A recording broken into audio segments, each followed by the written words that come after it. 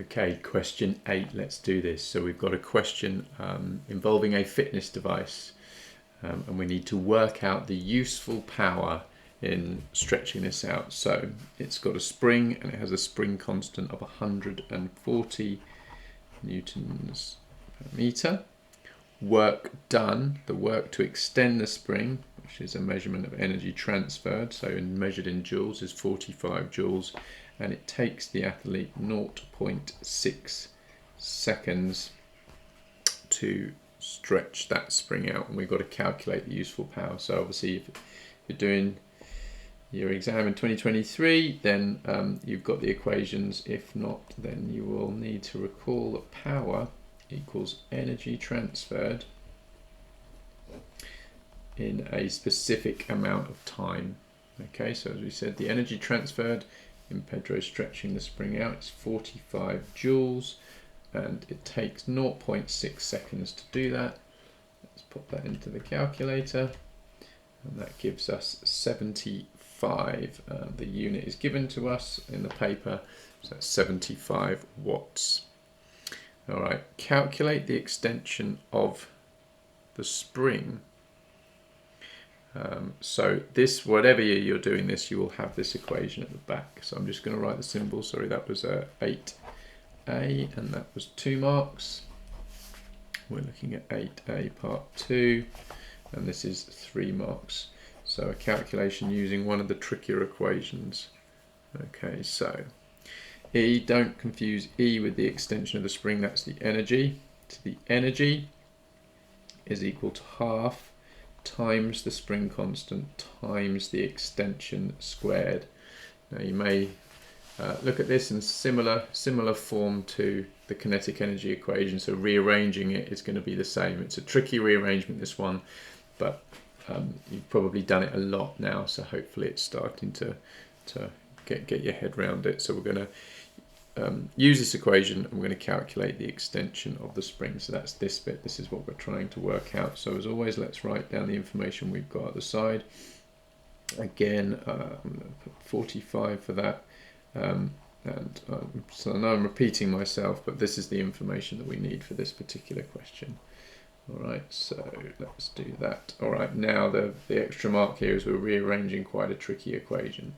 So I'm going to get the extension squared on its own, and that's going to give me 2 times the energy divided by K, and then if I want just X, and I'm going to square root 2 times E divided by K.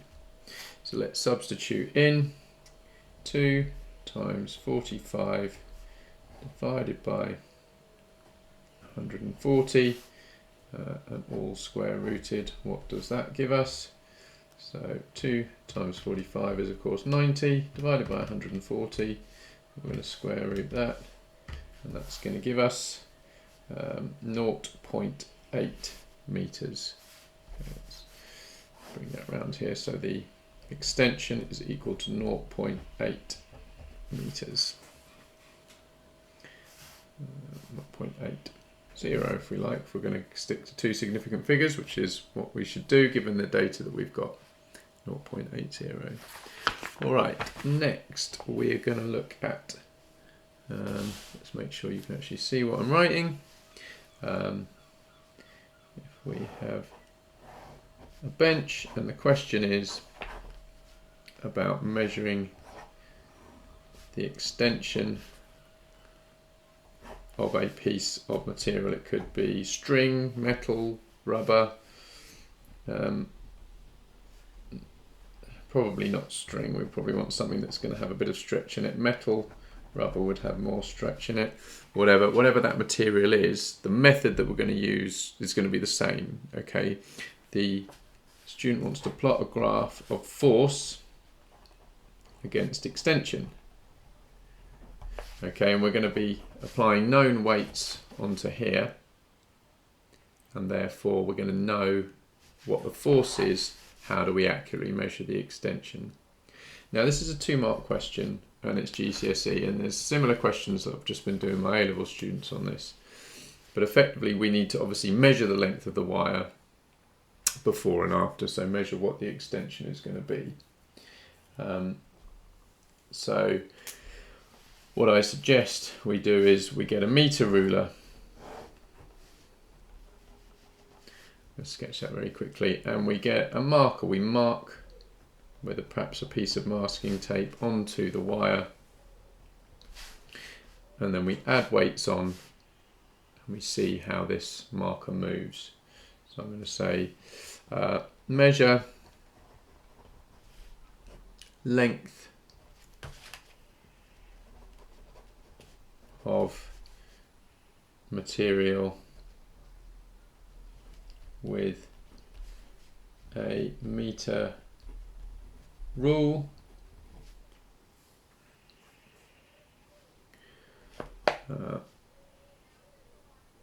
Use a marker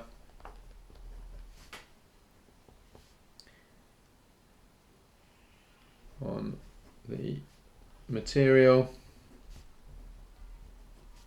That's our masking tape. I'm putting that in so it makes it clearer. The first point would get you a mark, and then measure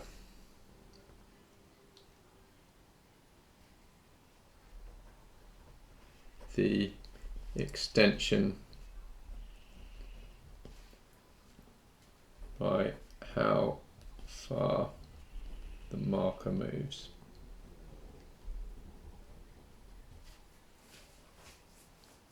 Okay, so we're calculating an extension, or perhaps we should, we could probably, to be more precise, we should say calculate, because we're calculating where it was initially and where it went to, so that's a calculation rather than just a measurement.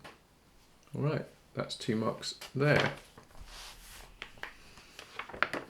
Now, I think that this is quite challenging interpreting these graphs when you've got like an elastic band. So you will have done as required practical the force on a spring, and then some of you may have also done force on a rubber band. So this is the force and extension, but the spring is the one that you have to do.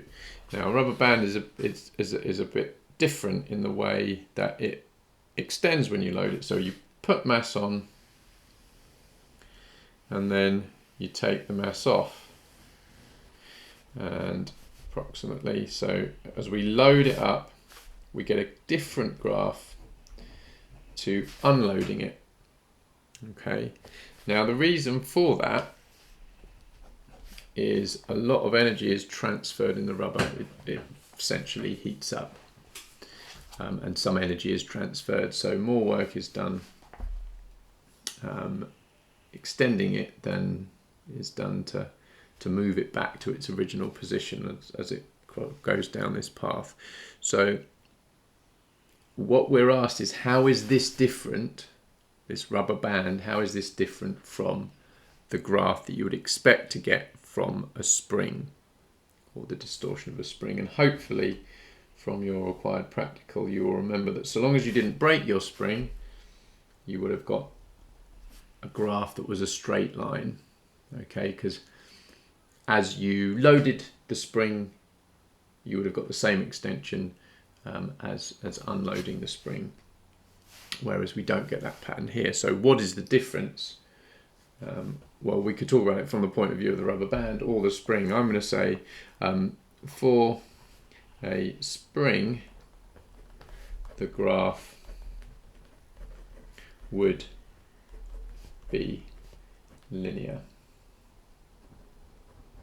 And we just really need to say one or the other, but just for clarification, the rubber band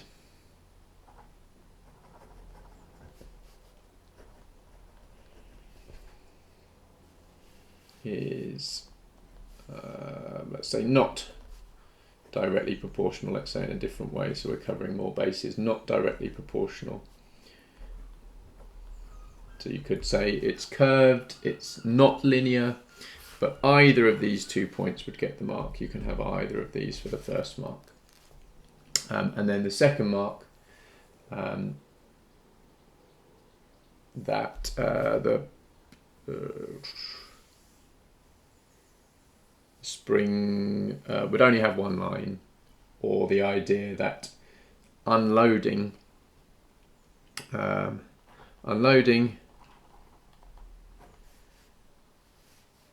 the rubber band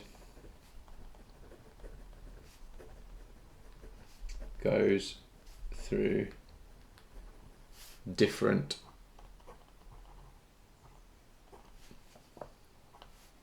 points to loading it.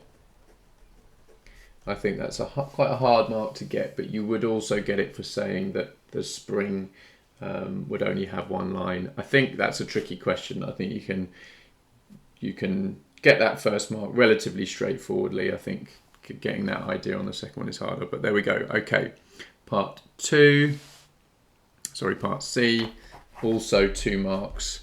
Final part of this question is the area between the curve and the extension corresponds to the work done. So what we're saying is, as we load it, all this area under the graph here would be work done. This area, if we shade this in, this shaded area, what does it represent? So what we're saying is everything under here, so if we measured all of this area here, including this bit here, all under here, that would be the work done in extending the rubber band. Now, the fact that as we unload it, we've got a different line is because energy is transferred to the band. Okay, so the rubber band essentially will warm up, it will get thermal energy. And so this is the difference in the work done from loading to unloading. And again, I think I've just been looking at this with my A-level students. I think this is a really hard GCSE question, but to show you what's happening here. Energy, or I should say thermal energy is transferred to the rubber band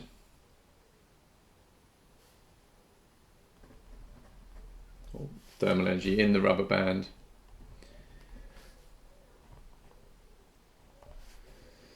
the shaded area is the difference in work done between loading and unloading the rubber band. As I say, I think that's a really, really tough question. We're getting towards the end of this tricky paper, and that's a tough question there. All right, looking at that, I need to work on my handwriting there, but there we go. Question 8 done.